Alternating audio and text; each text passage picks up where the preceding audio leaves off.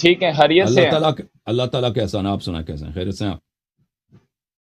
آج کافی دنوں کے بعد آپ سے ملاقات ہوئی ہے لائیو پہ. جی سر، جی تو سر. دوستوں نے مجھے آپ کے متعلق بتایا تھا، تو میں نے آپ کے لائیو سیشن سنے ہیں. ہوں. تو مجھے بڑا اچھا لگا کہ آپ یہ کام کر رہے ہیں. تو جی دوسرا سر.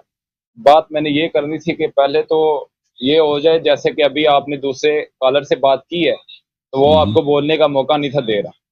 جی سر. تو ہماری طرف سے آپ کو پورا موقع ملے گا بات کرنے کا، اور جب جی ہم سر. بولیں گے تو آپ نے نہیں ٹوکنا ہمیں. اچھی بات. پہلی بات یہ ہے کہ یہ جو موضوع ہے یہ غدیر خم پر آپ نے رکھا ہوا ہے، اور جی. جبکہ میں اس موضوع پہ بات اس لیے نہیں کرنا چاہتا کیونکہ اس موضوع پہ ہمیں اتفاق ہے. اس موضوع پر کیا ہم اس اتفاق ہے؟ موضوع پر اتفاق کرتے ہیں. جو کچھ یہاں ہوا ہے، جو نبی علیہ الصلوۃ والسلام نے حضرت علی رضی اللہ تعالیٰ عنہ کے بارے میں کہا ہے، اسے ہم مانتے ہیں، تسلیم کرتے ہیں، اس پر آپ ہمارا ایمان ہے. آپ مانتے ہیں کہ ان کو سید السالار کا ہے؟ من کنت مولا، جس کا میں آقا ہوں، جس جی کا جی میں. جی جی بالکل. جی بالکل مانتا ہوں. من کنتم مولا فہذا علی مولا. ہم بالکل اس چیز کو مانتے ہیں. یہ صحیح سند سے ثابت ہے اور تو متواتر ہے. تو تو مجھے بتاؤ، اگر جس کا جی مولا پیغمبر صلی اللہ علیہ وسلم، یعنی جس کا آقا اور جس کا پیشوا پیغمبر صلی اللہ علیہ وسلم ہے، اس کا آقا اور پیشوا علی علیہ السلام ہے، تو ابو بکر تو غلام بنے نا جی جی علی علیہ السلام کے؟ کیونکہ آقا اگر علی علیہ اصل السلام ہے میں تو نا ابو بکر غلام بنے نا، عمر بھی غلام بنے، عثمان بھی غلام بنے. کہ جو بھی شخص پیغمبر کا غلام ہے وہ علی علیہ السلام کا بھی غلام ہے. اگر آپ اتفاق کرتے ہیں تو پھر آپ نے اقرار کیا ابو بکر، عمر، عثمان، یہ لوگ امیر المؤمنین علی بن ابی طالب علیہ السلام کے غلام تھے، شرعی لحاظ سے اللہ کے وحی سے، پیغمبر صلی اللہ علیہ وسلم کے حدیث سے آپ نے اعتراف کیا. تو آپ اس کو مانتے ہیں؟ جی بالکل مانتا ہوں، لیکن ختم اس بات، میں ایک الحمدللہ. آپ کوئی اختلاف ہی نہیں رہا پھر تو. بعد میں اختلاف یہاں سے پیدا ہوتا ہے کہ آپ لوگ اس سے تنزن غلامی کا ایک لفظ دیتے ہیں، تنزن کہتے ہیں، لیکن ہم تنزن نہیں کہتے. ہم یہ کہتے ہیں کہ تمام صحابہ سے افضل حضرت علی رضی اللہ تعالیٰ عنہ اس لیے ہیں کہ وہ اہل بیت سے ہیں. وہ اگر ایک اہل دلیل ہے. بیت کو میری بات سنیں نا، میں جی نے سر، آپ جی کی سر. سنی بات. اہل بیت کو اگر بیچ میں سے نکال دیا جائے اور صحابہ پر بات آ جائے تو صحابہ میں سے سب سے افضل حضرت ابو بکر صدیق رضی اللہ تعالیٰ عنہ ہیں. لیکن اہل بیت میں ہونے کی وجہ سے حضرت علی رضی اللہ تعالیٰ عنہ تمام اصحاب میں سے سب سے افضل ہیں. اچھا، وہ دوسرا جو میرا موقف تھا وہ میں آپ سے بتانا چاہتا ہوں تاکہ مختصر سے وقت میں بات کو پورا مکمل کر دیا جائے. وہ اس سے میرا پہلے موقف اس سے آپ پہلے کا. کہ آپ اس سے پہلے کہ آپ دوسرا موضوع لے کے آئے نا، ایک شخص کو جی رسول پاک صلی اللہ علیہ وسلم نے اس کے متعلق کہا کہ جس کا میں مولا ہوں. مولا سے کیا مراد ہے؟ آقا، یعنی جس کا حق اطاعت ہے.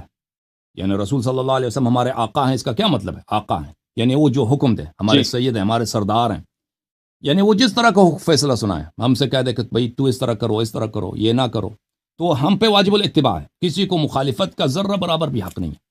تو فرمایا کہ وہی جو اختیار مجھے ہے وہ امیر المؤمنین علیہ السلام کو وہی مقام حاصل ہے، آقائی اور سالاری اور سیادت وہی حاصل ہے. تو ہم یہ طنز کے طور پہ نہیں کہتے، ہم واقعاً پیغمبر صلی اللہ علیہ وسلم کے غلام ہیں، غلام سے بھی روح سے نہیں اتر ہیں. آپ طنز کے طور پہ کہتے آپ نہیں طنز کے طور پہ نہیں، کہتے ہیں، یہ بالکل میں. طنز پہ نہیں کہہ رہا بھائی. ایک شخص جب آقا بنتا ہے، دوسرا اس کا کیا بنتا ہے؟ اس کا غلام، نوکر ہی بنتا ہے، غلام ہی بنتا ہے. اگر وہ جی جی یہ ایک طرفہ رشتہ نہیں ہے، یہ دو طرفہ رشتہ ہے. بھائی ایک شخص اس طرح تو نہیں کہا کہ میں عالم ہوں. اگر ایک شخص عالم ہے تو یہ دو طرفہ رشتہ نہیں ہے، وہ عالم ہے بھائی. لیکن اگر ایک شخص کو کہتے ہیں وہ آقا ہے تو اس رشتے کے دو طرف ہیں. وہ کسی کا آقا ہے نا. کس کا آقا ہے؟ جس کا پیغمبر صلی اللہ علیہ وسلم آقا ہیں، اس کا امیر المومنین اسلام بھی آقا ہیں. تو پیغمبر اگر ہمارے آقا ہیں تو یہ دو طرفہ رشتہ ہے. ایک طرف آقا ہیں، ایک طرف سید سالار ہے، دوسری طرف ہم ہیں، غلام ہیں. ٹھیک ہے نا؟ تو یہ ہم طنز کے طور پہ نہیں کہہ رہے، حقیقت کے طور پہ کہہ رہے ہیں کہ بقیہ پوری امت کو غلام بنا دیا پیغمبر صلی اللہ علیہ وسلم نے.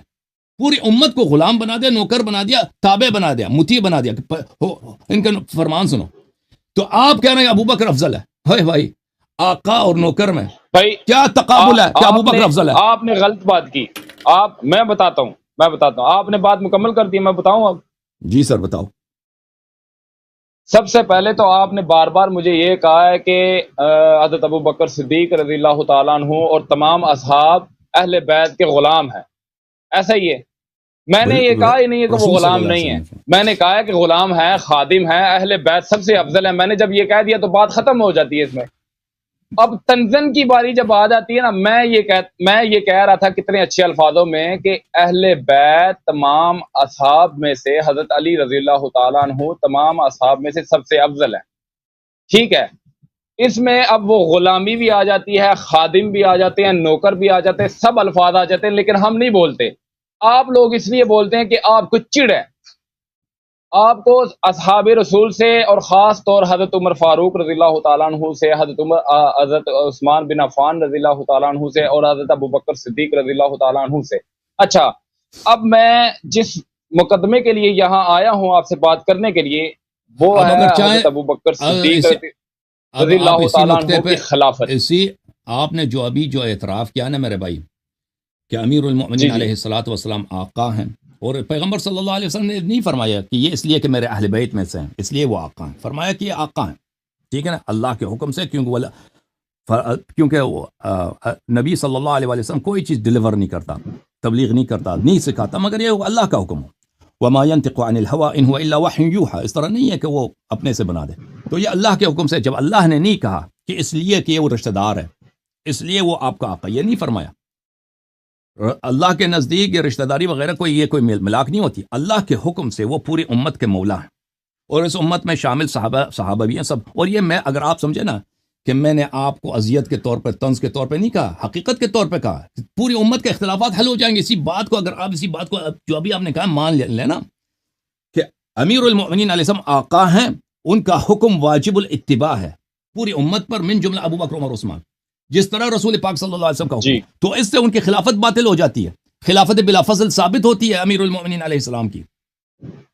بالکل. کیسے؟ اب اگر اس سے زیادہ کیا واضح ہو کہ خلافت ابو بکر کی کیوں باطل ہوتی ہے؟ کیونکہ جب اس کا آقا موجود ہے، جب اس کا آقا موجود ہے تو اس کو حکم چلانے کی کیا نوبت؟ غلام کو کوئی ہے باری آتی حکومت کرنے کی؟ جب اس کا آقا موجود ہے، اس کا سالار موجود ہے، اس کا پیشوا موجود ہے، جی جس کا اس کے حق اطاعت پر ہے، تو کیسے وہ اس کو حکومت کی باری آتی ہے کہ وہ اس پہ حکم چلائے؟ آپ میری اچھا بات ٹھیک ہے، میں مان لیتا ہوں. آپ من کنتم مولا فہذا علی مولا کی جو تفصیل ہے نبی علیہ، میرے سوال پوچھ رہے، سوال میں کہہ رہا ہوں، اس کے بعد آپ بول لیجیے، جتنی دیر آپ نے بولنا بول لیجیے، کوئی مسئلہ نہیں.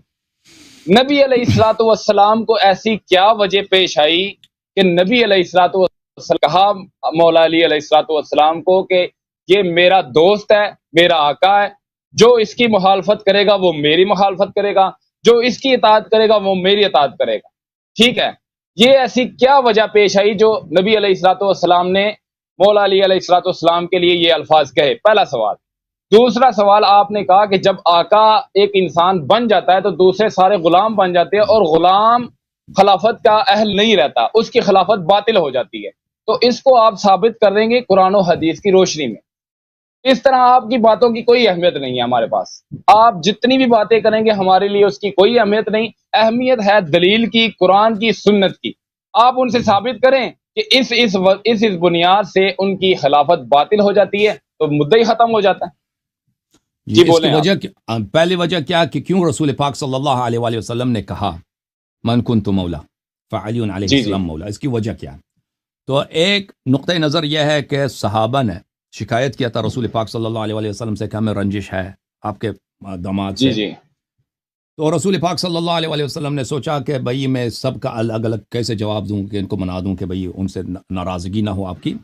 تو انہوں نے سب کو جمع کر کے خطبہ بیان کیا. ٹھیک ہے نا، یہ ایک نقطہ نظر ہے، اور یہ نقطہ نظر کاملاً جھوٹ ہے.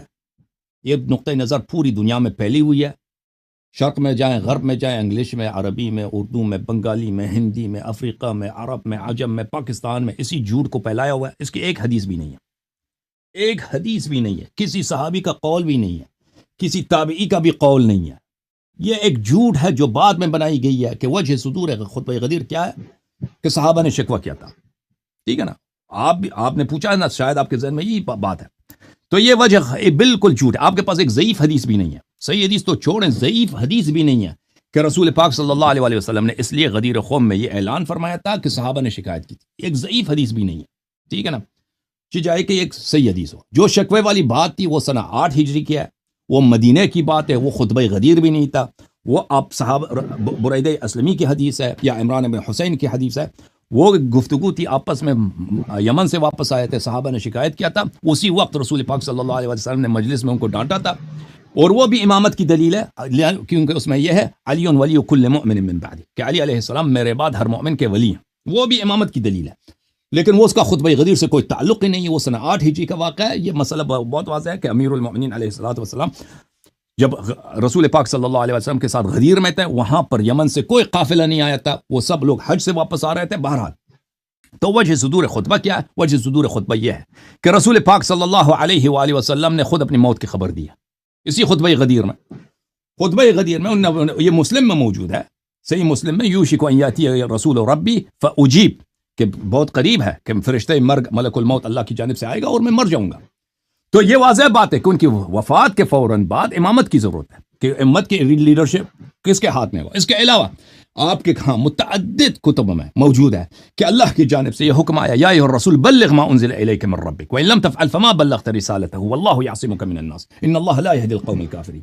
اللہ نے کا حکم ہے کہ اے رسول تبلیغ کیجئے، تبلیغ کی۔ اور در منثور میں یہ اسی آیت کے ذیل میں عبداللہ ابن مسعود کا قول ہے کہ ہم اس آیت کو اس طرح پڑھتے تھے رسول پاک صلی اللہ علیہ وسلم کے زمانے میں، یا ایھا الرسول بلغ ما انزل الیک من ربک فی علی، وہ بات جو ہم نے علی علیہ السلام کے متعلق آپ پہ نازل کیا، آیت کو ہم اسی طرح پڑھتے تھے، اس کو آپ تبلیغ کیجئے، تبلیغ کیجئے۔ تو یہ آیت وجہ صدور خطبہ کیا، اللہ کی جانب سے حکم، یہ رسول پاک صلی اللہ علیہ وسلم کی وفات سے 2 مہینے پہلے کی بات ہے، اور انہوں نے اپنی حجۃ الوداع اسی لیے کہتے ہیں کہ وہ مرنے لگے تھے، وفات پانے لگے تھے، اور لازمی بات ہے کہ وہ دنیا سے جب جا رہے ہیں تو ان کے بعد خلافت اور ان کے بعد جانشینی، ان کے بعد امت کا پیشوا کون ہوگا، یہ انہوں نے تعین کرنا تھا، یہ تعین کر لی، یہ میں نے بتا دیا۔ اب آپ کہتے ہیں نا، دوسرا سوال آپ کا یہ تھا کہ اس سے ابوبکر عمر کی خلافت کیسے باطل ہوتی ہے حدیث غدیر سے۔ واضح بات ہے بھائی، جب آپ نے مان لیا میرے عزیز، میرے بھائی،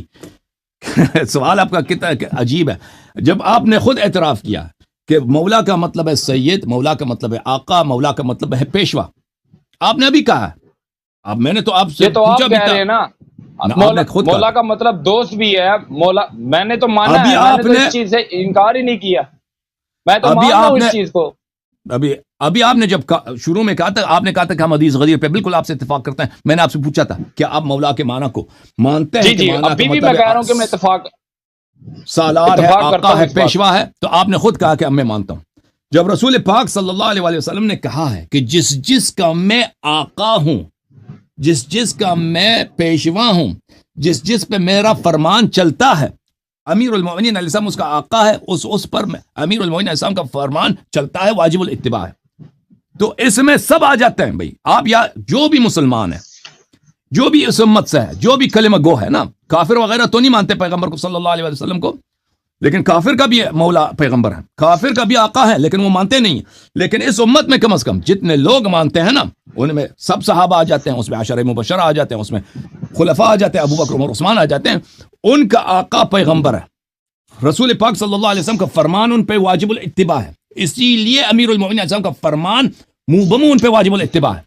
اس لیے ثابت ہو گیا کہ ابو بکر کا امام کون ہے، یہ میں دل آزاری کے طور پہ نہیں کر رہا بھائی صاحب، یہ رسول صلی اللہ علیہ وسلم کے کلام کا مطلب ہی یہی نص صریح ہے کہ رسول صلی اللہ علیہ وآلہ وسلم جس طرح آقا ہیں، مولا ہیں، اسی طرح امیر المؤمنین علیہ السلام آقا و مولا ہیں، پیشوا ہیں۔ تو ابو بکر عمر کا کام ہے کہ ان کے اتباع کریں، ان کو خلیفہ نہیں بنایا پیغمبر نے، امیر المؤمنین علیہ السلام کو امام بنائے، مولا بنایا، پیشوا بنایا، تو ان کی خلافت بالکل باطل ہو جاتی ہے، بالکل جب ایک شخص کو، جب رسول پاک صلی اللہ علیہ وسلم نے ایک شخص کو پوری امت کا آقا بنا دیا ہے، تو کوئی دوسرا بغیر نسخ کے کیسے آقا بن سکتا ہے، کیسے امام بن سکتا ہے؟ اس کا آقا موجود ہے، اس کا پیشوا موجود ہے، تو لازمی بات ہے اتباع اسی کی کرنی، اس کی خلافت باطل ہے۔ جی سر پہلی تو بات یہ ہے کہ آپ کوشش کریں کہ یار لمبی تقریر نہ کریں، مختصر سا جواب دیں، لمبی تقریر نہ کریں، آپ کی بہت مہربانی ہوگی، کیونکہ تھوڑے سے وقت میں بہت سی چیزیں بیان کرنی، بڑی مہربانی ہوگی آپ۔ جی آپ نے ابھی اپنے جو آپ نے باتیں کی ہیں اس میں آپ نے ایک بات کہی ہے کہ نبی علیہ الصلوۃ والسلام نے امامت کا اشارہ حضرت امیر المومنین مولا علی علیہ الصلوۃ والسلام کی طرف کیا تو وہ خلیفہ ہیں، ایسا ہی ہے؟ مولا کہا ہے، جی ہاں، حق اطاعت واجب کی ان کی، جی بالکل ایسا ہی ہے۔ نبی علیہ الصلوۃ والسلام، یہ ایک حدیث ہے میرے پاس، سامنے رکھتا ہوں، جس میں نبی علیہ الصلوۃ والسلام بیماری کی حالت میں تھے، تو انہوں نے، نبی علیہ الصلوۃ والسلام نے حضرت ابو بکر صدیق رضی اللہ تعالیٰ عنہ سے کہا کہ مرو ابا بکر فلیسلم بالناس، ابو بکر کو کہو کہ میرا مسلح سنبھال۔ اب اس سے مطلب ہم یہ بھی لے سکتے ہیں کہ حضرت ابو بکر صدیق رضی اللہ تعالیٰ عنہ کو نبی علیہ الصلوۃ والسلام نے خلافت پیش کر دی ہے۔ جیسے میری بات سنیں، میری بات سنیں، ایک بات یہاں کلیئر کر دوں کہ ہمارے ہاں حضرت علی رضی اللہ تعالیٰ عنہ کا جو مقام ہے وہ تمام صحابہ سے افضل ہے۔ آپ لوگ، ابھی آپ سے میں نے کہا تھا کہ اگر آپ دلیل کو، ان کی خلافت کو باطل کرتے ہیں تو باتوں سے آپ نے باطل نہیں کرنی۔ قرآن و سنت کی کوئی حدیث، کوئی سند جس کا نام آپ مجھے بتا دیں کہ یہ سند ہے، یہ حدیث ہے، اس میں لکھا ہے کہ نبی علیہ الصلوۃ والسلام نے فرمایا ہے کہ میرے جانے کے بعد خلیفہ وقت حضرت امیر المومنین مولا علی علیہ الصلوۃ والسلام ہوں گے۔ اگر ایسا نہیں ہے، حضرت ابو بکر صدیق رضی اللہ تعالیٰ عنہ نے خلافت کی، حضرت ابو بکر صدیق رضی اللہ تعالیٰ عنہ نے خلافت کی، حضرت عثمان غنی رضی اللہ تعالیٰ عنہ نے خلافت کی، حضرت علی رضی اللہ تعالیٰ عنہ زندہ تھے، موجود تھے ان کی خلافت میں، تو ایسا کیا ہوا تھا کہ حضرت علی رضی اللہ تعالیٰ عنہ نے ان سے خلافت کیوں نہیں چھینی؟ تو نبی علیہ الصلوۃ والسلام، وہ انہوں نے حضرت زبیر علیہ الصلوۃ والسلام کے خلاف تلوار اٹھائی، حضرت اما عائشہ رضی اللہ تعالیٰ عنہ کے خلاف تلوار اٹھائی، حضرت امیر معاویہ رضی اللہ تعالیٰ عنہ کے خلاف تلوار اٹھائی، تو ایسا کیوں نہیں انہوں نے کیا کہ حضرت علی رضی اللہ تعالیٰ عنہ نے حضرت ابو بکر صدیق، حضرت عمر فاروق، حضرت عثمان غنی رضی اللہ تعالیٰ عنہ کے خلاف تلوار کیوں نہیں اٹھائی؟ دو باتیں اس سے نکلتی ہیں، یا تو آپ کہیں کہ نعوذ باللہ مولا علی علیہ الصلوۃ والسلام ڈر گئے تھے، یا آپ یہ کہیں کہ مولا علی علیہ الصلوۃ والسلام نے ان کی اطاعت قبول کر لی تھی، یا جو آپ باتیں کر رہے ہیں یہ صرف انتشار پھیلاتے ہیں، لوگوں کے اندر جھگڑا فساد پیدا کرنے کی جو باتیں آپ یہ کر رہے ہیں۔ آپ کبھی ساری زندگی یہ ثابت نہیں کر سکتے کہ مولا علی علیہ الصلوۃ والسلام کے من کنتم فہذا علی مولا، نبی علیہ الصلوۃ والسلام کا یہ کہنے سے ان تین خلفائے راشدین کی خلافت باطل ہو سکتی ہے، یہ آپ ساری زندگی ثابت نہیں کر سکتے۔ دیکھیں، آپ نے جو خود مان لیا ہے کہ جی سر، بسم اللہ الرحمن الرحیم، آپ نے جو خود مان لیا ہے کہ مولا کا کیا مطلب ہے، یعنی امیر المؤمنین علیہ الصلوۃ والسلام۔ سر آپ دلیل دیں مجھے۔ دلیل ہی دے رہا ہے نا، دلیل ہی ہے، جب آپ خود مان گئے ہیں کہ، اور یہ بات واضح ہے کہ جب کوئی کسی کا آقا ہوتا ہے یہ ایک دو طرفہ رشتہ ہے۔ رسول صلی اللہ علیہ وسلم میرے آقا ہیں، میں ان کا غلام ہوں، میں ان کا نوکر ہوں، ٹھیک ہے، کیا مطلب ہے، یعنی غلام ہوں، اس طرح نہیں کہ پیغمبر صلی اللہ علیہ وسلم نے مجھے پیسے سے حسن بھائی نوکر ہم بھی ہیں، جی بالکل، پورے امت نوکر ہیں ان کے، خاک پا ہیں، تو جی بالکل، ساری امت ان کی نوکر ہے، غلام ہے ان کی ساری امت، آپ بھی ہیں، میں بھی ہوں، کوئی بھی کم نہیں ہے۔ یعنی اس کا مطلب کیا، یعنی وہ جو حکم دیں، جو فیصلہ سنائیں، جو خبر دیں، ان کے حکم کو ہم نے اطاعت کرنی ہے، جو فیصلہ سنانا ہے اس کے سامنے تسلیم ہونا ہے، اور وہ جو خبر دیں ان کی خبر کی ہم نے تصدیق کرنا ہے، ایمان لانا ہے، کہنا ہے ان کی بات صحیح ہے۔ تو انہوں نے جب کہا کہ جس کا میں آقا ہوں، جس کا میں پیشوا ہوں، جس پر میرا حکم چلتا ہے اس پہ امیر المؤمنین علیہ السلام پہ چلتا ہے، میں نے آپ کے لیے واضح کر دیا، اس کا امیر المؤمنین علیہ السلام بھی مولا ہے، وہ واجب الاتباع ہے۔ تو پوری امت کو پیغمبر صلی اللہ علیہ وسلم نے اپنے بھائی امیر المؤمنین علیہ السلام کو غلام اور نوکر بنا دیا ہے۔ یہ جملے، کیونکہ مولا ایک ایسا مقام ہے کہ اس کے دو طرف ہوتے ہیں، ایک رشتہ ہے کہ اس طرح نہیں ہے کہ بس ایک ہی مقام ہے، اس کا دوسری طرف سے مقابل نہیں ہے، اس دو طرفے ایک رشتہ ہوتا ہے، ایک آقا کا، اس آقا غلام مانگتا ہے، نوکر مانگتا ہے، تو پورا امت کو انہوں نے ان کا نوکر بنا دیا۔ اب آپ خود فیصلہ کریں کیا ابو بکر عمر اس امت سے ہیں یا نہیں؟ اگر اس امت سے ہیں تو ان کا آقا، ان کا پیشوا، ان کا امام، ان کا مولا کہ ان کی عمر کی تعمیل کرنی ہے، وہ کون ہے؟ امیر المؤمنین علیہ الصلوۃ والسلام۔ اب آپ نے جو ہے بات پیش کی ہے کہ آپ کی کتب میں موجود ہے کہ رسول پاک صلی اللہ علیہ وسلم نے کہا کہ ابو بکر نماز پڑھائیں۔ پہلی بات ہے آپ کو پتہ ہونا چاہیے کہ آپ کی کتب ہم پہ حجت نہیں ہے، اپنے احادیث ہم پہ حجت کے طور پہ نہ لاؤ۔ دوسری بھائی یہ ہے کہ یہ جو ہے نا ابو بکر کو کہہ دیں نماز پڑھائیں، تو اس سے ابو بکر کی عدالت بھی ثابت نہیں ہوتی، اب کچھ بھی ثابت نہیں ہوتا، حتیٰ کہ اس سے ابو بکر کا اسلام بھی ثابت نہیں ہوتا۔ کیونکہ آپ کے مذہب میں یہ بات بہت واضح ہے کہ فاسق کے پیچھے نماز پڑھنا جائز ہے آپ کے مذہب میں، یعنی فاسق کے پیچھے اگر نماز پڑھیں حرام نہیں ہے، بدعتی کے پیچھے نماز پڑھیں جائز ہے، مفتون کے پیچھے نماز پڑھیں جائز ہے، خسرے کے پیچھے نماز پڑھیں جائز ہے، اور حتیٰ کہ کافر جو حقیقت میں کافر ہوتا ہے، ظاہر میں کہتا ہے میں مسلمان ہوں، اس کے پیچھے بھی نماز پڑھنا جائز ہے۔ کتاب الفصل فی الملل والنحل ابن حزم کی، اس میں موجود ہے کہ صحابہ نے مختار ثقفی کے پیچھے نماز پڑھی ہے۔ مختار ثقفی جو تھا وہ کون تھا؟ صحابہ نے حجاج ابن یوسف کے پیچھے نماز پڑھی، عبداللہ ابن عمر عباس، حجاج ابن یوسف جو اتنا بڑا ظالم تھا، فاسق تھا، فاجر تھا، جو پوری امت اس کو جانتی ہے۔ مختار ثقفی کے متعلق روایت یہی ہے کہ آپ لوگوں کی کہ اس نے امامت نبوت کا ادعا کیا تھا، وہ کہتا تھا کہ میں نبی ہوں۔ تو جب اس کے پیچھے نماز ہو جاتی ہے تو اس سے کیا ثابت ہوا؟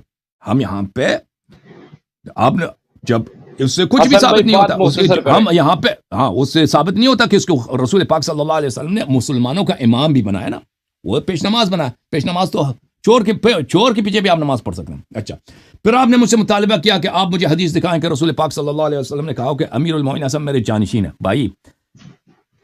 بھائی صاحب، جب وہ کہتے ہیں اپنے حیات میں کہتے ہیں جی میں سن رہا ہوں کہ جس کا میں آقا ہوں، جس کا میں آقا ہوں وہ امیر المومنین علیہ السلام اس کے آقا ہیں، تو یہ واضح طور پر ہے کہ یہ رسول امیر المومنین علیہ الصلوۃ والسلام کے پاس وہی صلاحیت ہے کہ واجب الاتباع واجب الطاعہ ہونے کی جو رسول پاک صلی اللہ علیہ وسلم کا ہے کیا ہے، اور امت قیامت تک امت کے فرد پر واجب ہے کہ ان کے اتباع کریں۔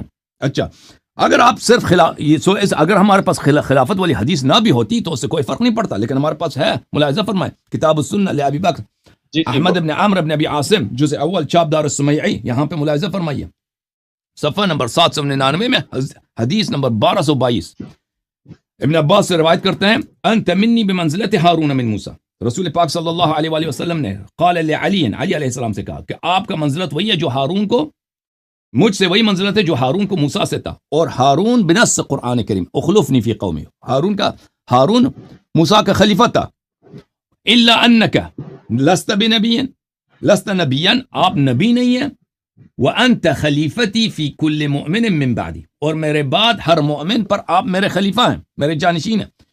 حاشیہ نمبر 1 دیکھو، حاشیہ نمبر 1 اسناد حسن، اسناد اس کی حسن ہے، حدیث حسن حجت ہوا کرتی ہے۔ اچھا، اس کے علاوہ میں آپ کو ایک اور حدیث دکھاؤں۔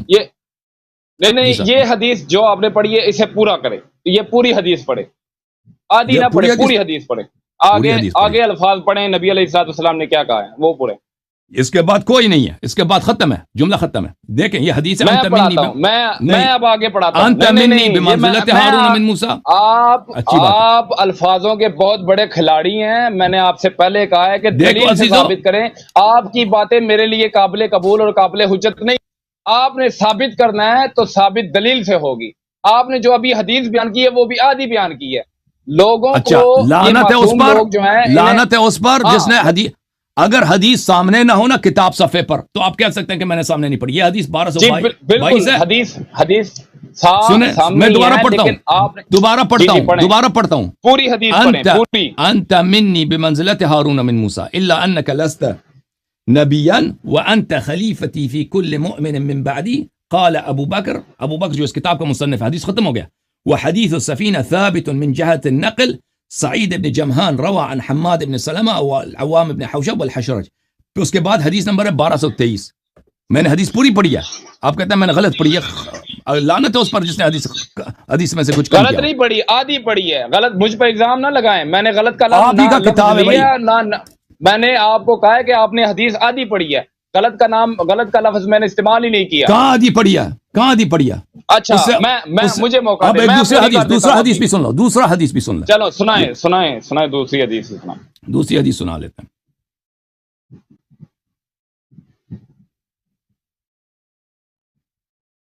جی بھائی سنائیں دوسری حدیث۔ یہ ایک کتاب ہے المصنف الاحادیث والآثار، جز نمبر 6، ابن ابی شیبہ کوفی جو بخاری اور مسلم کے استاد ہیں، ان کی کتاب ہے، چھاپ دار التاج، کتاب چھپیا سن 1989 میں، حدیث نمبر 31679 میں، صفحہ نمبر کیا ہے؟ صفحہ نمبر ہے 309 میں۔ عن زید بن ثابت قال رسول اللہ صلی اللہ علیہ وآلہ وسلم انی تارک فیکم الخلیفتین، میں تمہارے درمیان دو جانشین کو چھوڑ کے جا رہا ہوں اپنے بعد، کتاب اللہ و عطرتی، ایک کتاب اللہ اور دوسری میرے عطرت کون ہے؟ اہل بیتی، وَإِنَّهُمَا لَن يَفْتَرِقَا حَتَّى يَرِدَ عَلَيَّ الْحَوْض، اور یہ ایک دوسرے سے کبھی الگ نہیں ہوں گے، قرآن عطرت سے، عطرت قرآن سے، جب تک یہ حوض کوثر پہ مجھ پہ وارد نہ ہو جائیں۔ اچھا، آپ کے خدمت میں عرض کریں اسی حدیث کو مسند جی احمد جی بن میں سن رہا حنبل ہوں. میں چاپ مؤسسۃ الرسالہ، اس کتاب کے محقق ہیں شیخ شعیب الارناؤط جو کٹر قسم کے وہابی تھے، وہ دنیا سے چلے گئے، جز نمبر 35 چاپ مؤسسۃ الرسالہ. یہاں پہ ملاحظہ فرمائیے صفحہ نمبر 456 میں زید بن ثابت سے وہی سند ہے. اچھا، انی تارک فیکم خلیفتین کتاب اللہ حبل ممدود ما بین السماء والارض او ما بین السماء الى الارض وعترتی اہل بیتی. میں تمہارے درمیان دو جانشین چھوڑ کے جا رہا ہوں، ایک کتاب ہے، ایک میری عترت میرے اہل بیت. حدیث صحیح، یہ حاشیہ نمبر 1 ہے، حدیث صحیح. اور اس کے اہل بیتی کے بعد وَإِنَّهُمَا لَن يَتَفَرَّقَا حَتَّى يَرِدَ عَلَيَّ الْحَوْض، کہ یہ ایک دوسرے سے جدا نہیں ہوں گے جب تک حوض کوثر پہ مجھ پہ وارد نہ ہو جائیں. ٹھیک ہے نا. پھر اسی کتاب میں صفحہ نمبر 512 میں زید بن ثابت سے روایت کرتے ہیں قال رسول اللہ صلی اللہ علیہ وآلہ انی تارک فیکم، میں تمہارے درمیان چھوڑ کے جا رہا ہوں. یہ تو وصیت ہے، چھوڑ کے جا رہا ہوں، دنیا سے جا رہا ہوں چھوڑ کے. یہ وصیت ہے، امت ان کے بعد کیا کرے، یہ وصیت آپ اور میرے لیے. خلیفتین، دو جانشین، کتاب اللہ اور اہل بیت. وَإِنَّهُمَا لَن يَتَفَرَّقَا حَتَّى يَرِدَ عَلَيَّ الْحَوْض جَمِيعًا. حاشیہ نمبر 2 حدیث صحیح، یہ حدیث بھی صحیح ہے. اوکے، تو آپ لفظ من کنت مولا جو ہے یہ جو ہے واضح ہے اس کی وجوب طاعت پر کہ یہ امت کے دیکھیں امام. آپ نے بول لیا، آپ نے جو حدیثیں بیان کی خلیفہ بھی ہیں بتا دیا. مجھے اب اوکے، بولنے جی دیں، سر، جی، میں بسم آپ اللہ، کو بسم اللہ، بتاتا ہوں. بسم اللہ، بسم اللہ. میں بتاتا ہوں. پہلی حدیث آپ نے بیان کی جس میں آپ نے کہا ہے کہ وہ حدیث آپ نے جو پہلی جو دوسری حدیثیں آپ نے بیان کی ہیں کہ میں اور میرے عطر، یعنی کہ آپ نے کہا کہ اہل بیت. یہاں پہ میں نے آج تک ساری زندگی نبی علیہ الصلوۃ والسلام سے صرف یہی سنا ہے کہ میں کتاب اللہ اور اپنی سنت تمہارے لیے چھوڑ کے جا رہا ہوں، اسے مضبوطی سے تھام لو. اور آپ نے وہ کتاب اللہ اور میری سنت کی جگہ میں آپ نے اہل بیت ڈال دیا. ٹھیک ہے. اب آپ نے جی آپ نے بولا ہے وہ کتاب میں نہیں ہے، میں 100% شور ہوں کہ وہ اس کتاب میں نہیں ہے. اصل میں آپ نے وہ جو پہلی حدیث بیان کی تھی کہ میرا اور تمہارا تعلق ایسا ہے جیسے ہارون کا موسیٰ کے ساتھ، ایسا ہی ہے. جیتا یہ عبارت تھا. جی، اب دوسری وہ پوری حدیث میں آپ بیان کر دیتا ہوں. میں نے آپ کو پہلے کہا کہ آپ لفظوں کے بہت بڑے کھلاڑی ہیں، یہ معصوم لوگوں کو ورغلانے کا آپ نے ٹھیکہ لیا ہوا ہے، بڑا اچھا. میں آپ کو اب بتاتا ہوں کہ وہ پوری حدیث کیا ہے. نبی علیہ الصلوۃ والسلام نے فرمایا کہ علی تمہاری میرے ساتھ نسبت ایسی ہے جیسے ہارون کی موسیٰ علیہ الصلوۃ والسلام کے ساتھ، مگر میرے بعد کوئی نبی نہیں ہوگا. اس سے مراد آگے جو حدیث کی باتیں ہیں نا وہ آپ لوگوں کو نہیں بتاتے. نبی علیہ الصلوۃ والسلام نے فرمایا جس طرح یہودیوں نے حضرت عیسیٰ علیہ الصلوۃ والسلام پر لعن طعن کی، ان کی والدہ پر لعن طعن کی، اور جس طرح وہ جہنم میں گئے ان لعن طعن کی وجہ سے، اور جس طرح عیسائیوں نے حضرت عیسیٰ علیہ الصلوۃ والسلام کو اللہ کی جگہ یا اللہ کا بیٹا بنا دیا، وہ بھی گمراہ ہوئے. اور اسی حدیث سے یہ مطلب نکلتا ہے کہ نبی علیہ الصلوۃ والسلام حضرت علی رضی اللہ تعالیٰ عنہ کو یہ کہہ رہے تھے کہ تمہاری وجہ سے دو گروہ جہنم میں جائیں گے، ایک جو تم سے بغض رکھے گا، جو تم سے نفرت کرے گا، اور دوسرا وہ جو تم سے محبت میں اس طرح ہو جائے گا، جو غلو کرے گا، جو تمہیں اللہ کی جگہ میں بٹھا دے گا. نبی علیہ الصلوۃ والسلام میری جگہ سے بھی بلند مقام دے دے گا، وہ تم سے محبت میں اتنا غلو کر دیں گے جو گمراہ ہو جائیں گے اور جہنم جائیں گے. یہ پوری حدیث ہے جو آپ لوگوں کو بیان نہیں کرتے. اور دوسری بات جو آپ نے بار بار ایک چیز مجھے بتائی ہے کہ حضرت ابو بکر صدیق رضی اللہ تعالیٰ عنہ اور حضرت عمر فاروق رضی اللہ تعالیٰ عنہ، حضرت عثمان بن عفان رضی اللہ تعالیٰ عنہ کی خلافت باطل ہے. حضرت ابو بکر صدیق رضی اللہ تعالیٰ عنہ کی خلافت ہمارے ہاں قابل قبول ہے اور قابل حجت ہے، اور جو صحیح سند سے ثابت بھی ہے. اور جیسا کہ آپ نے کہا ہے کہ میں آپ کی کتابوں کو نہیں مانتا، ایسے ہی بولا آپ نے حسن بھائی.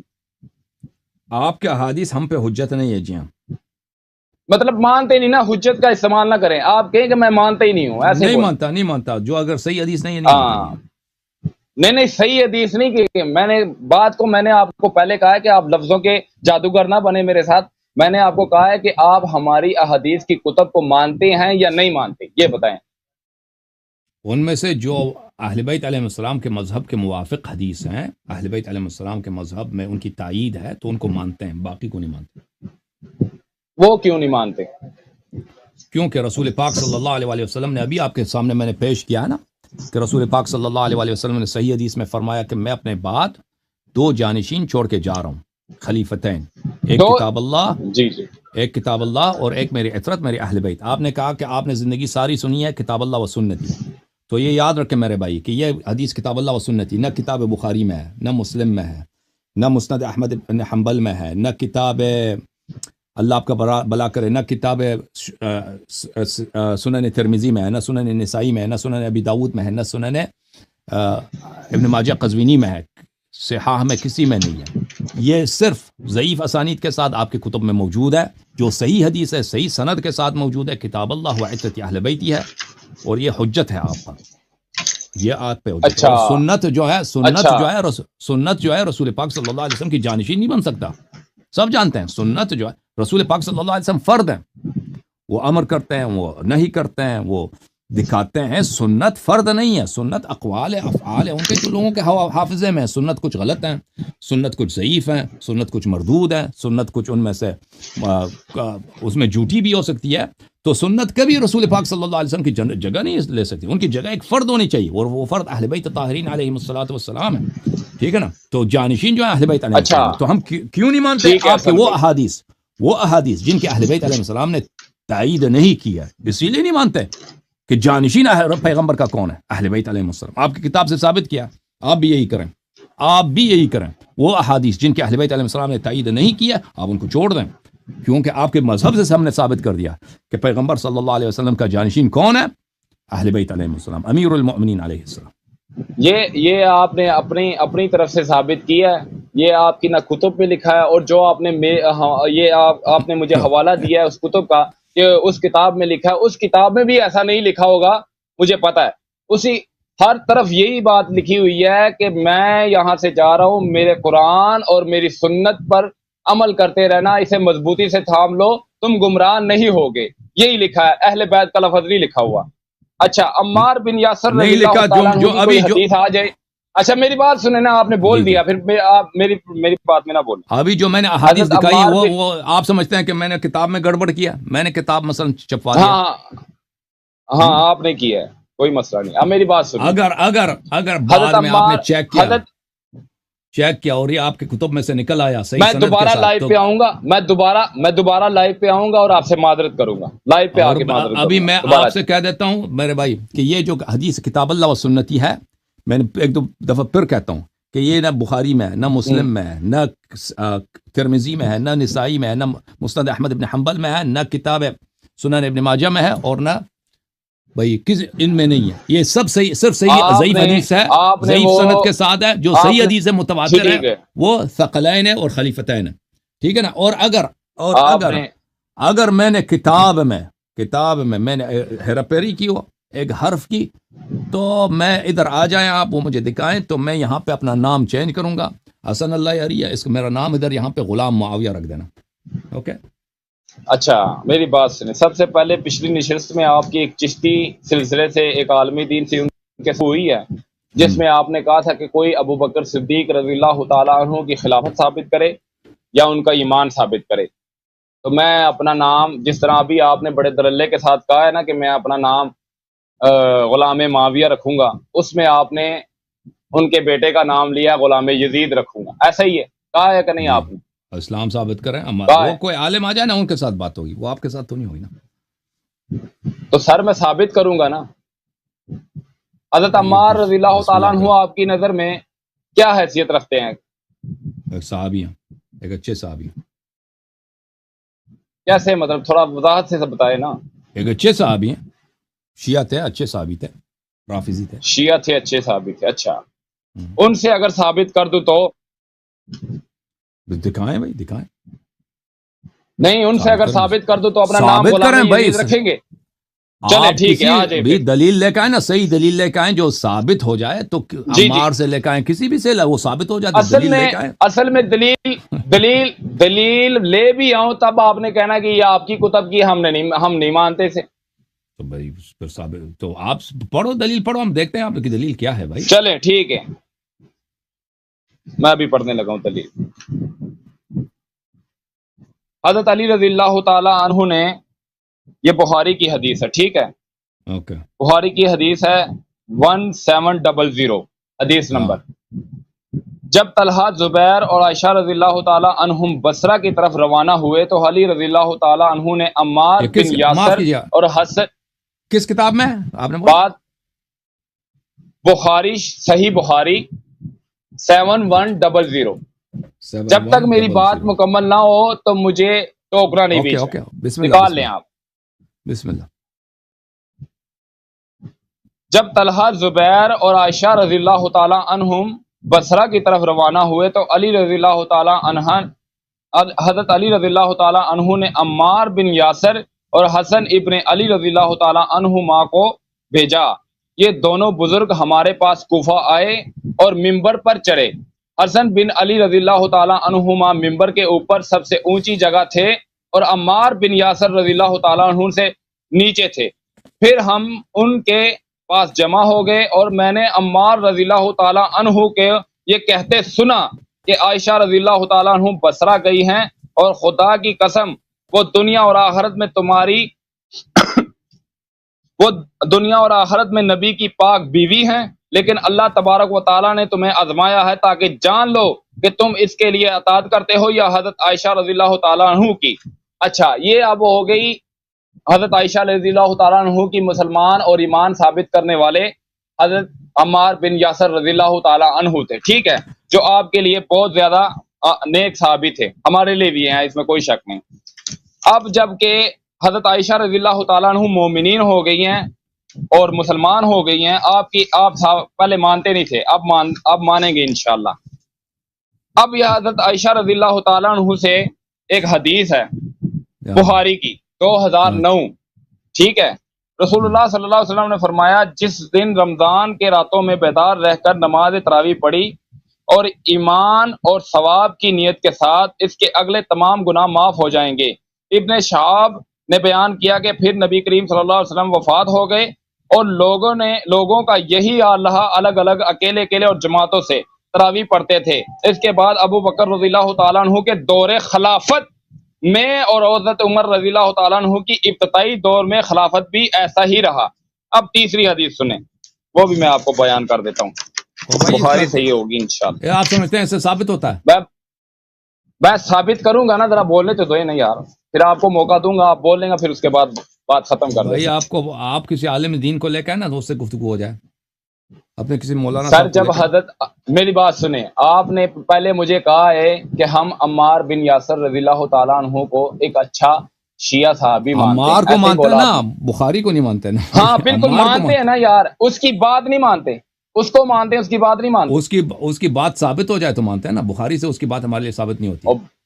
اور بھائی میں نے آپ کو دلیل نہیں دی، آپ کو چیک کریں دلیل، میں 2 منٹ صبر کر لیتا ہوں، چیک کر لیں آپ۔ اگر آپ کسی جج کے پاس گئے نا اور آپ نے کہا کہ فلانا گاڑی میری ہے، وہ فلانا گھر میرا ہے، تو آپ نے، وہ جج نے کہا کہ دلیل لے کے آؤ، آپ نے ایک ایسے دلیل لے کے آئے، وہ جج اس کو قبول نہیں کرتا، جج کہتا ہے یہ نقلی دلیل ہے، تو یہ نقلی ڈاکیومنٹ ہے، تو اسے آپ نے ثابت کیا کچھ؟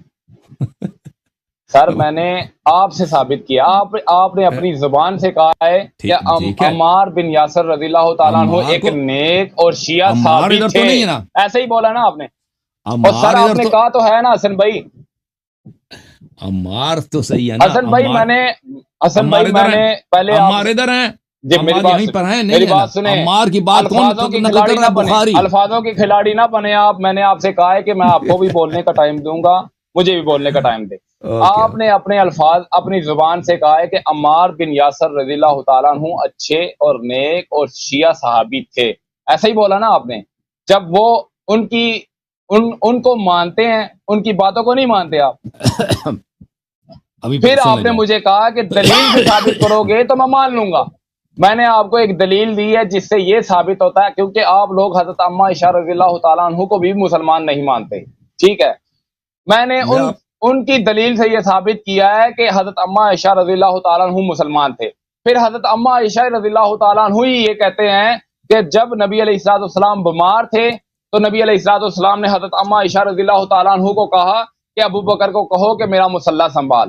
مصلی سنبھالنے کا مطلب یہ ہوتا ہے کہ حضرت ابو بکر صدیق میں ایمان بھی ہے اور انہیں خلافت کا اشارہ بھی کیا ہے، جو بخاری میں بھی ہے اور یہ مشکات میں بھی ہے، اور آپ اس چیز کو اب نہیں مانتے تو میں کیا کروں؟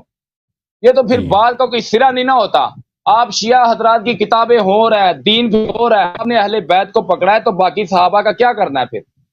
انہوں نے ان کے ساتھ زندگی گزاری ہے، ان کے ساتھ عمریں گزاری ہیں. میں نے آپ سے پہلے یہ کہا تھا کہ صحیح ہے حضرت صحیح ہے علی بھائی. رضی اللہ تعالیٰ عنہ کے دور میں جب خلافت انہیں ملی تو انہوں نے ان سے کیوں نہیں بھائی چھینی؟ اب ابھی سن لو تم وہ خلافت نہیں میری بات چھینی. سنیں، باقی میری بات سنیں. حسن بھائی میں آپ کو بولنے کا ٹائم دیتا ہوں، اس کے بعد آپ بولیں.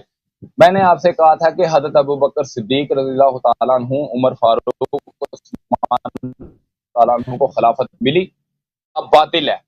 تو جب باطل تھی تو نبی علیہ الصلوۃ حضرت علی رضی اللہ تعالیٰ عنہ، حضرت عمر فاروق رضی اللہ تعالیٰ عنہ کی عمر میں چیف جسٹس رہے.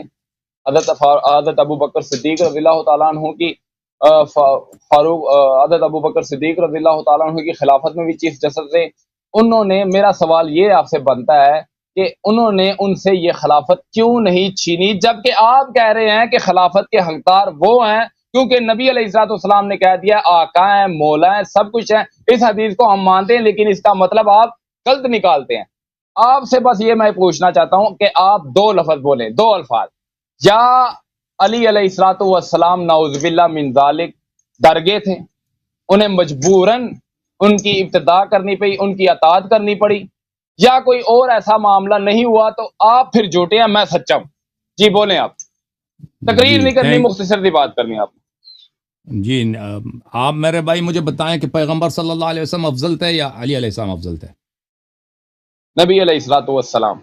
تو نبی کریم صلی اللہ علیہ وسلم جب مکے میں ہیں، ٹھیک ہے نا، مکے میں ہیں، وہاں پہ بتوں کی پوجا ہو رہی ہے. خانہ کعبہ اتنا شریف مقام ہے، خانہ کعبہ کے اندر، اس کے اوپر، اس چھت پہ، ادھر دیوار وغیرہ سب بتیں 300 سے زیادہ بت وہاں پہ تھے، لوگ پوجا کرتے تھے، ٹھیک ہے نا. تو نبی کریم صلی اللہ علیہ وآلہ وسلم وہاں پہ کیوں انہوں نے تلوار اٹھا کے ان کو منع نہیں کیا؟ کیا وہ ڈر گئے تھے؟ پھر رات کی تاریکی میں انہوں نے اپنی بچی کو، اپنی بیٹی، ان کے بیوی تو کوئی نہیں تھی اس زمانے میں، بیوی وفات ہو چکی تھی حضرت خدیجہ رضی اللہ تعالیٰ عنہ سلام اللہ علیہ. اپنی بیٹی جو ان کی چھوٹی بچی ہے، ان کو کفار کے درمیان چھوڑ کے اپنے بستر پہ امیر المؤمنین علیہ السلام کو سلا کے خود رات کی تاریکی میں چلے گئے غار میں، ٹھیک ہے نا. وہاں پہ 3-4 دن غار میں رہے، پھر وہاں سے آرام سے کسی کو پتہ نہ چلے چپ کے چلے گئے مدینہ منور. تو وہاں پر آپ مجھے بتائیں پیغمبر صلی اللہ علیہ وسلم کیا ڈر گئے تھے؟ اپنی زندگی پہ ڈر رہے تھے؟ بتاؤں؟ ابھی بتا، سوال ختم ہو تو بتا دینا. وہاں پر انہوں نے تلوار کیوں نہیں اٹھایا؟ بھائی کہہ دیتے کہ بھئی یہ سب تمہارے خدائیں سب باطل ہیں، تلوار اٹھا دیتے، بتوں کو گرا دیتے بھائی، اور کہتے ہیں جو بھئی یہاں پہ مقابلہ کریں گے، بھئی یا مرنا یا جینا ہے. وہاں چھوڑ کے کیوں ہے؟ بچی کو بھی چھوڑ دیا، رات کی تاریکی میں وہ غار میں چھپ جانا، ادھر سے مدینے چلے جانا. بھائی یہ بتا دینا بھائی، یا تو کفار حق پہ ہیں یا رسول صلی اللہ علیہ وسلم ڈر گئے، ٹھیک ہے نا. چلے میں بتا ہاں دیتا ہوں. جیسے میں نے آپ سے پہلے کہا تھا کہ آپ لفظوں کے بہت بڑے جادوگر ہیں، لوگوں کو یہاں ایسے لفظوں میں گھیر لیتے ہیں نا. وہ انسان جو ہے نا، جو سامنے آپ کا مخالف ہوتا ہے، وہ پریشان ہوتا ہے کہ یار میں اس کو اب کیا جواب دوں. حسن بھائی آپ اچھا میری بات سمجھے نہیں. آپ نے بڑے اچھے طریقے سے یہ کہہ دیا ہے کہ نبی علیہ الصلوۃ والسلام وہ کفار تھے، تو انہیں مکے میں جب انہوں نے بت رکھے تھے، ان سے وہ انہوں نے بت نہیں ہٹائے تو کیا وہ ڈر گئے تھے؟ آپ مجھے یہ بتائیں بعد میں انہوں نے فتح مکہ کیوں کیا؟ ایک سوال. دوسرا سوال، بعد کی بات نہیں، اس دوسرا وقت کی سوال بات کر سن. رہا ہوں نا، اس وقت کی بات کر رہا ہوں نا. ہاں اس میں وقت کی بتا بات کر رہا ہوں ہوں، نا. اس وقت ڈر گئے میں تھے، اسی مقابلہ کیوں نہیں کیا؟ اسی بات پہ میں حضرت علی رضی اللہ تعالیٰ عنہ کی طرف آؤں گا. آپ کی اسی بات سے میں حضرت اوکے علی رضی اللہ تعالیٰ عنہ کی طرف سے آؤں گا، ٹھیک ہے. صحیح ہے. اب آپ 3 منٹ بات کریں، اب دوسرے لوگ بہت انتظار کر رہے ہیں. 3 منٹ میں بات ختم کریں، پھر میں اگلا کال لوں گا. ٹھیک ہے. 3 میں مختصری بات کرتا ہوں، آپ تقریر کرتے ہیں، میں نہیں کرتا. آپ نے کہا ہے کہ وہ ڈر گئے تھے. میں نے آپ سے بہت سادہ سا آسان سا سوال پوچھا ہے، آپ مجھ سے نہ پوچھیں. یہ مقدمہ آپ کا ہے، ہمارا نہیں ہے. ہم یہ نہیں کہتے کہ حضرت علی رضی اللہ تعالیٰ عنہ پہلے خلیفہ تھے، دوسرے وہ تھے، تیسرے وہ تھے، چوتھے یہ تھے. آپ کا یہ مقدمہ ہمارا نہیں. میں آپ کے کسی سوال کا جواب دہ نہیں ہوں، آپ میرے سوال کے جواب دیں، کیونکہ یہ مقدمہ آپ لوگوں کا، ہمارا نہیں ہے. ہم حضرت ابو بکر صدیق رضی اللہ تعالیٰ عنہ کو خلیفہ اول مانتے ہیں. خلیفہ 4 جو ہے نا، ہم حضرت علی رضی اللہ تعالیٰ عنہ کو مانتے ہیں. میں نے آپ سے ایک سادہ سا سوال پوچھا ہے کہ مجھے یہ بتائیں کہ حضرت علی رضی اللہ تعالیٰ عنہ نعوذ باللہ لالچ میں آ گئے تھے کہ جو انہوں نے ان کے دور خلافت میں چیف جسٹس تعینات کیے تو انہوں نے قبول کیا، اور یا حضرت علی رضی اللہ تعالیٰ عنہ ڈر گئے تھے نعوذ باللہ من ذالک؟ 2 سوال 2 لفظوں میں. اگر ایسا نہیں ہے تو مجھے پھر یہ بتائیں کہ حضرت امیر معاویہ رضی اللہ تعالیٰ عنہ کی خلاف تلوار اٹھانے کی ایسی کیا وجہ پیش آئی؟ اس وقت انہوں نے یہ جرت کیوں کی تلوار اٹھانے کی، نعوذ باللہ؟ دوسری، حضرت عائشہ رضی اللہ تعالیٰ عنہ کے خلاف تلوار کیوں اٹھائی؟ تیسرا، حضرت زبیر رضی اللہ تعالیٰ عنہ کے خلاف تلوار کیوں اٹھائی؟ یہ پیچیدگیاں جو آپ لوگوں کو صرف ورغلاتے ہیں. آپ کے پاس اس کے دلائل، میں کہتا ہوں وہ انجینئر صاحب کہتے ہیں نا ٹائم قیامت تک ہے، آپ کے پاس بھی ٹائم قیامت تک ہے، اس کا جواب آپ نہیں دے سکتے، بڑے سے بڑا شیعہ بھی اس کا جواب نہیں دے سکتا. جی بولیں آپ. اوکے، تھینک یو سر، بہت مہربانی. آپ جواب آن لائن سن لیں، اب دوسروں کی باری ہے. تھینک یو میرے بھائی، بہت شکریہ آپ کی تشریف آوری کا. Thank you. جواب اس کا یہ ہے کہ امیر المؤمنین علیہ الصلوۃ والسلام نے ابو بکر سے عمر کے خلاف کیوں تلوار نہیں اٹھایا؟ اس لیے اسی وجہ سے کہ رسول پاک صلی اللہ علیہ وسلم جب مکے میں تھے تو کفار مکہ کے خلاف انہوں نے تلوار نہیں اٹھایا. جب مدینہ آئے تو انہوں نے تلوار اٹھایا. تو ایسی کون سی بات ہے؟ مکہ میں تلوار نہیں اٹھا رہے بھائی، مدینہ جب آ رہے ہیں تو تلوار اٹھا رہے ہیں. ابو سفیان کے قافلے بھائی ان کو اٹھا کے لے کے جا رہے ہیں اور وہاں پہ جہاد کا حکم دے رہے ہیں. مکے میں کوئی جہاد کا حکم نہیں دے رہے. وجہ کیا ہے؟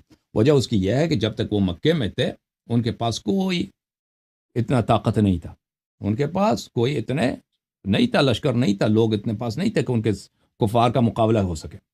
اگر مکے میں رسول پاک صلی اللہ علیہ وآلہ وسلم تلوار اٹھاتے اور وہاں پر کہتے کہ بھئی میں نے یا تو شہید ہونا ہے یا میں یہاں پہ کفار کا خاتمہ کرنا ہے، تو وہاں پر وہ خود بھی شہید ہو جاتے ہیں، پر اسلام بھی ختم ہوتا.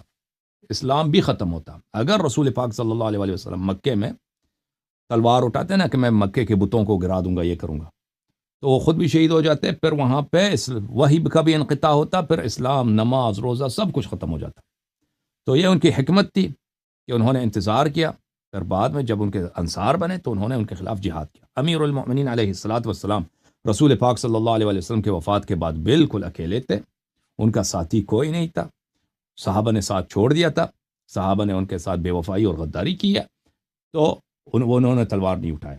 اور جب عثمان کے قتل کے بعد صحابہ اور تابعین اور بہت سارے مسلمان سب ان کے پاس آ گئے کہ آپ سے بیعت کریں گے. اب ان کے پاس خلافت بھی ہے، حکومت بھی ہے، لشکر بھی ہے. اب کوئی ان کے خلاف بغاوت کرتا ہے، معاویہ جیسا یا اب عائشہ جیسا جنگ جمل میں، تو ان کے یا نہروان خوارج جیسے، تو ان کے خلاف وہ تلوار اٹھائے گا. بات واضح ہے. جب ایک انسان کے پاس لا یکلف اللہ نفسا الا وسعها، اگر آپ کے پاس کسی بات کی طاقت نہیں ہے تو آپ جو ہے نا، وہ اللہ آپ سے وہ نہیں چاہتا. مثلا میرے پاس طاقت نہیں ہے کہ میں انڈیا سے جہاد کروں، ٹھیک ہے نا، میرے پاس طاقت نہیں، اب میں کو اس کا فائدہ بھی نہیں ہے، میں مر جاؤں گا، اس کا انڈیا کو کوئی اثر ہی نہیں پڑے گا. اب آپ جا کے نا وہاں پہ جہاد کرو انڈیا کے ساتھ، اس طرح نہیں ہے. اگر کسی چیز کے پاس آپ کو طاقت ہے، مثلا آپ نماز کھڑے ہو کے نہیں پڑھ سکتے تو کھڑے ہو کے پڑھنا آپ جائز نہیں ہے، آپ بیٹھ کے نماز پڑھیں. آپ کھڑے ہو کے نماز پڑھیں گے تو مثلا آپ کے گھٹنے ٹوٹ جائیں گے، بیمار ہیں اس طرح کہ کھڑے ہو کے نماز پڑھنا آپ کے لیے ضرر رکھتا ہے، تو وہ حرام ہے نماز کھڑے ہو کے پڑھنا، بیٹھ کے نماز پڑھنا ہوگا آپ. جہاں تک آپ نے ابو بکر کی نماز کی بات کی ہے، تو ابو بکر نے نماز نہیں پڑھائی ہے، ابو بکر کو نماز سے ہٹایا گیا ہے. یہ آپ کی بخاری کی کتاب ہے، یہ کتاب ہے بخاری، چاپ دار احیاء التراث العربی، سنہ 2001 میں کتاب چھپی ہے، صفحہ نمبر 141. یہ باب من اسمع تکبیر الامام، کہ ایک شخص نماز پڑھاتا ہے، دوسرا شخص اس کا تکبیر جو ہے لوگوں کو سناتا ہے. کہ بھئی تکبیر کس لیے سنایا جاتا ہے؟ کہ بھئی پرانے زمانے میں لاؤڈ اسپیکر نہیں ہوتے تھے، مائکرو فون نہیں تھے نا. ایک شخص نماز پڑھ رہا ہے، پیچھے مجمع بڑا ہے، تو ایک دوسرا شخص ہے جو زور سے کہتا ہے اللہ اکبر، لوگوں کو پتہ چل جائے کہ رکوع میں چلے جاؤ، کیونکہ جماعت بہت لمبی ہے، صف بہت ہیں، تو پیچھے والوں کو نماز سنائی نہیں دیتی بھائی کہ ہم نے اب رکوع پہ جانا. تو امام کی جو آواز ہے وہ اس کی اتنی اونچی نہیں ہوتی ہے، تو ایک شخص وہاں پہ چیخ کے بولتا ہے اللہ اکبر. جب وہ اللہ اکبر کہے گا تو دوسرے جو ہے اس کے کیا کریں گے؟ نماز اس کے تکبیر سے نماز پڑھیں گے.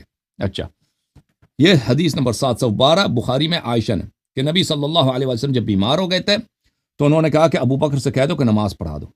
میں نے کہا ان کو رونا آئے گا، تو انہوں نے کہا انکن صواحب یوسف، انہوں نے مجھ سے کہا کہ آپ تو یوسف کی صاحبہ ہیں. اب آپ سوچ لینا، اپنے مولوی سے پوچھ لینا بھائی صوفی صاحب کہ یوسف کی صاحبہ کیا سچی تھی یا جھوٹی؟ یوسف کی صاحبہ کیا جہنمی تھی یا جنتی؟ یوسف کی صاحبہ کیا مؤمنہ تھی یا منافقہ؟ یہ آپ تو اپنے مولویوں سے پوچھ لینا. اور نبی کریم صلی اللہ علیہ وسلم کا کلام سچ ہوتا ہے، جھوٹ ہی نہیں ہوتا. یہ آپ کی بخاری میں ہے، ٹھیک ہے نا، اسی حدیث میں جس میں آپ نے کہا کہ ابو بکر نماز پڑھا دے.